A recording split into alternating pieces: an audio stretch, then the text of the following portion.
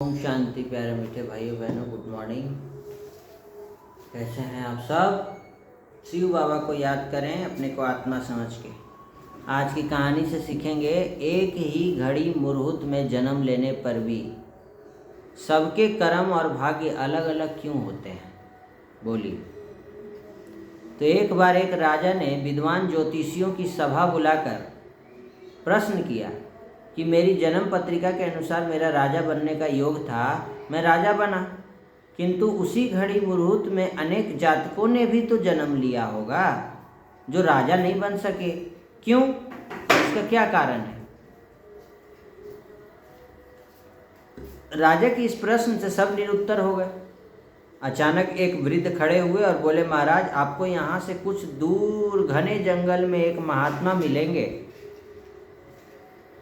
उन्हीं से आपको उत्तर मिल सकता है। राजा ने घोर जंगल में जाकर देखा कि एक महात्मा आग के ढेर के पास बैठकर अंगार गर्मा गर्म कोयला खाने में व्यस्त है। राजा ने महात्मा से जैसे ही प्रश्न पूछा, महात्मा ने क्रोधित होकर कहा, तेरे प्रश्न का उत्तर आगे पहाड़ियों के बीच एक और महात्मा है, वो दे सकते हैं। राजा की जिज्ञासा और बढ़ गई। पहाड़ी मार्ग पार कर बड़ी कठिनाइयों से राजा दूसरे महात्मा के पास पहुंचा। राजा हक्का बक्का रह गया। दृश्य ही ऐसा कुछ था।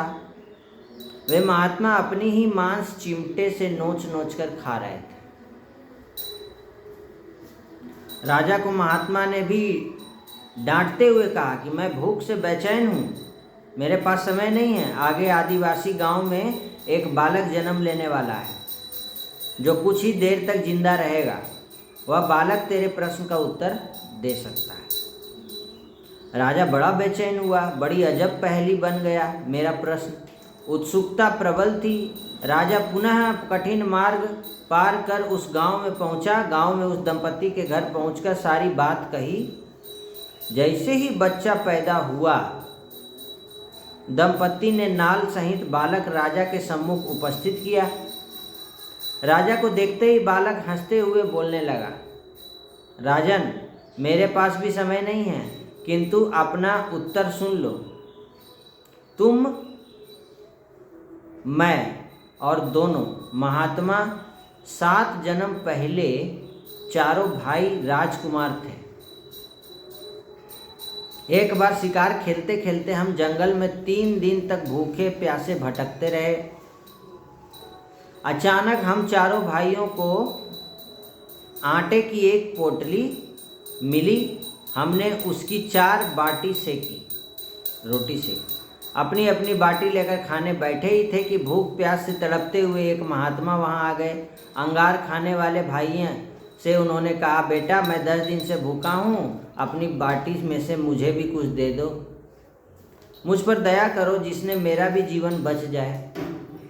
इतना सुनते ही भैया गुस्से से भड़क उठे और बोले, तुम्हें दे दूंगा तो मैं क्या खाऊंगा?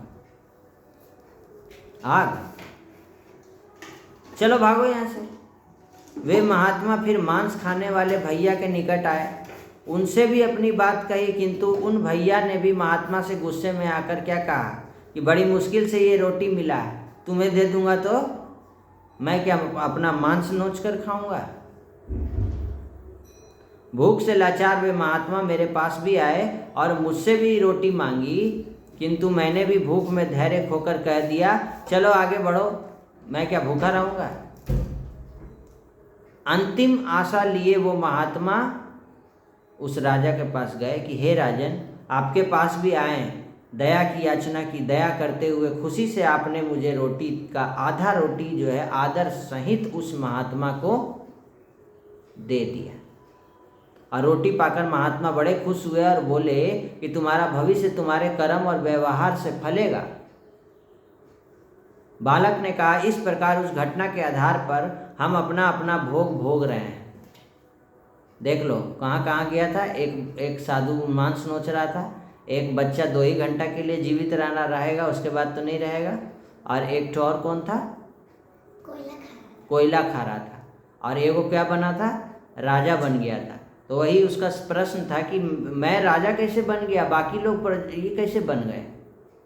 सबको राजा बनना चाहिए था, क्योंकि मेरी कुंडली के अनुसार उसी समय सब जन्म लिए हैं, उसी समय जन्म लिए, उसी डेट में जन्म लिए हैं। तो बालक ने क्या कहा उस महात्मा ने कि तुम्हारा भविष्य तुम्हारे कर्म और व्यवहार से फलेगा। सोचो कर्म का कितना ताकत है। बालक ने कहा इस प्रकार उस घटना के आधार पर हम अपना अपना भोग भोग रहे हैं और बालक मर गया। इतना बोल के बालक मर गया। धरती पर एक समय में अनेक फल फूल खिलते हैं। भाइयों बहनों, पेरेंट्स, स्टूडेंट्स सुनिए, धरती पर एक समय में अनेकों फल और फूल खिलते हैं, किंतु सबके रूप, गुण, आकार, प्रकार, स्वाद भिन्न भिन्न होते हैं। राजा ने मान लिया कि शास्त्र भी 3 प्रकार के हैं, ज्योतिष शास्त्र, कर्तव्य शास्त्र और व्यवहार शास्त्र। जातक सब अपना किया दिया लिया ही पाते हैं। जो आप देंगे वही आपको मिलेगा, जितना देंगे उतना ही मिलेगा। जैसा व्यवहार करेंगे वैसा ही व्यवहार आपके साथ होगा। क्या शिक्षा मिला इस कहानी से? बांटना चाहिए, मेरा नहीं करना चाहिए। ये पुण्य कर्म है, इसमें आपको पुण्य करेंगे तो आपको कभी न कभी पुण्य का फल जरूर प्राप्त होगा। और पाप कर्म कर देंगे तो आप ही को पाप का फल भी आप ही को मिलेगा, आपका पड़ोसी को नहीं मिलेगा।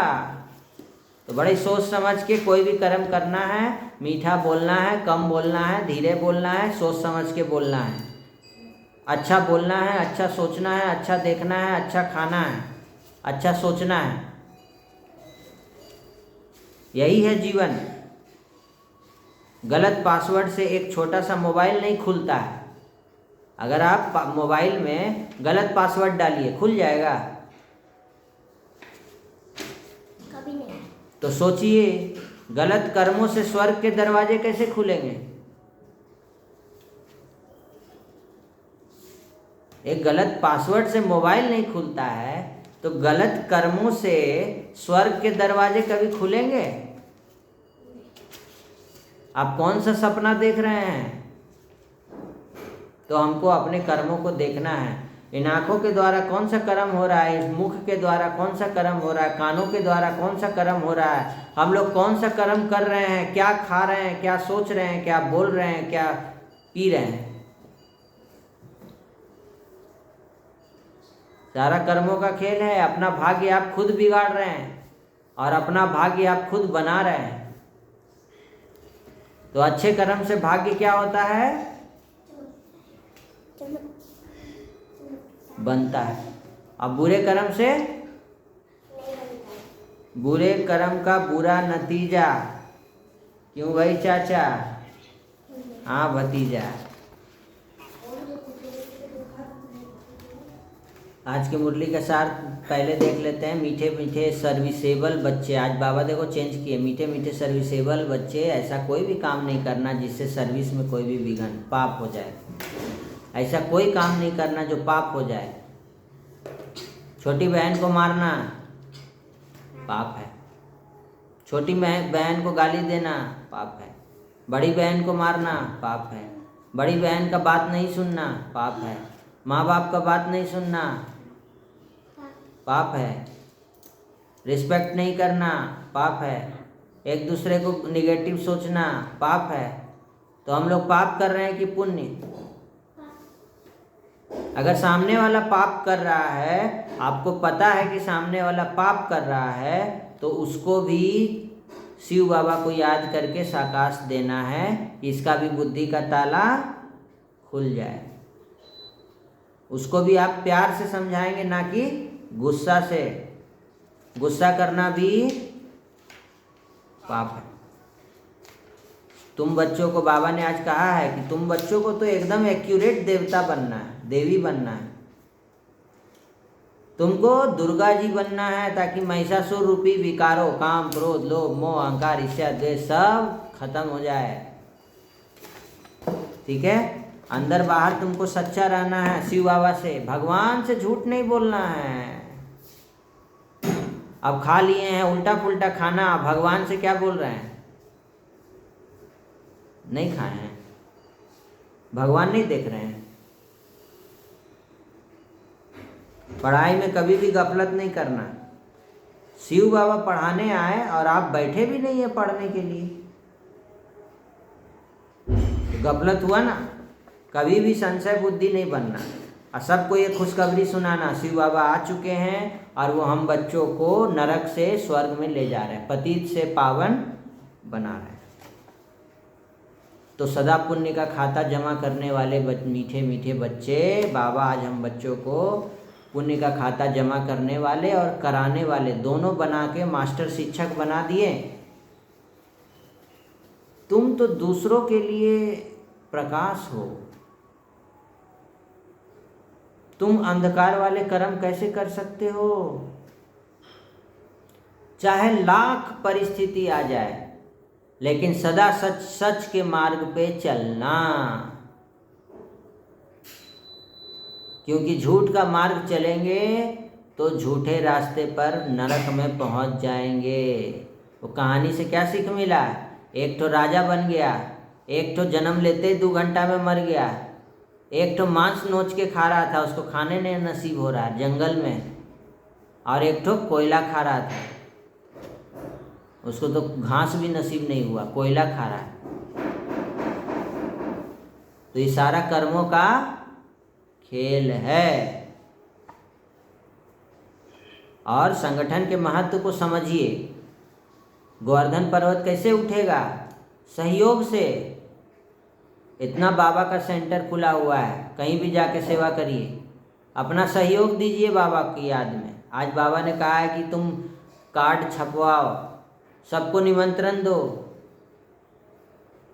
भगवान का कार्य चल रहा है इस ब्रह्मा कुमार कुमारियों के द्वारा। आप ब्रह्मा कुमारी सेंटर पर जाइए, आपका जो भी प्रश्न है उसका समाधान वहाँ रखा हुआ है। जीवन से दुख तकलीफ टेंशन सब खत्म, क्योंकि शिव बाबा हमारे साथ हैं। और बाबा ने आज बोला विश्वास रखो, निश्चय बुद्धि बनो, तो निश्चय में ही विजय है। जीत तुम्हारी निश्चित है। अगर आपको भरोसा हो गया अपने ऊपर, भगवान के ऊपर और इस ड्रामा के ऊपर, तो जीत तुम्हारी निश्चित है। समझा? चल अब 2 मिनट बाबा को याद करेंगे, फिर मुरली क्लास पूरा विस्तार से शुरू करते हैं।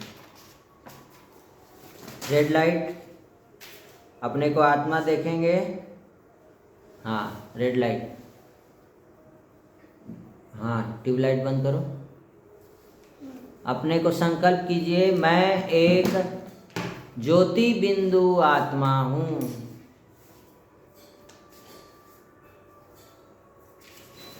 देखिए भ्रकुटी के बीच चमकता अजब सितारा।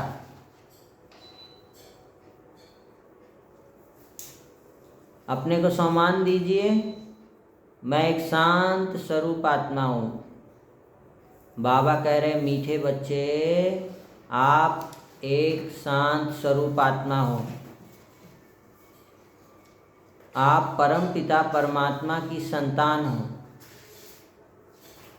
सर्वशक्तिवान की आप संतान, मास्टर सर्वशक्तिमान हो। आपके जैसा शक्तिशाली कोई नहीं है, क्योंकि भगवान आपके साथ है।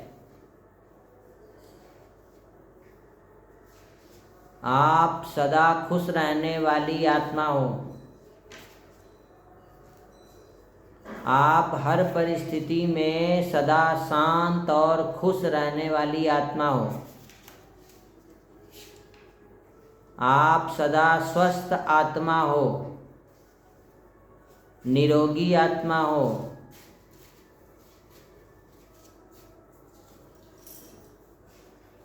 भगवान मेरे साथ है, मेरे साथ सब कुछ बहुत अच्छा होगा। मेरा घर स्वर्ग है।